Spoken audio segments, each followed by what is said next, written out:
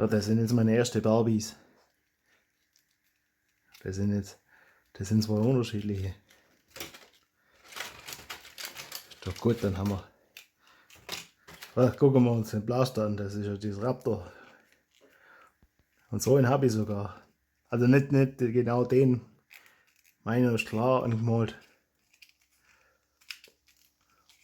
Den können wir nicht so richtig rausholen. Da ist Kartonage verklebt drumherum.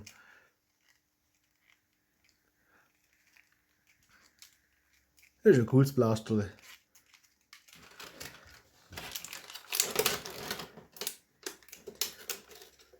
Haben wir nochmal Candyland, das haben wir ja schon.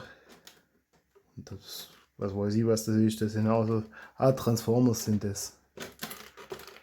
Das ist der Bumblebee, der Camaro.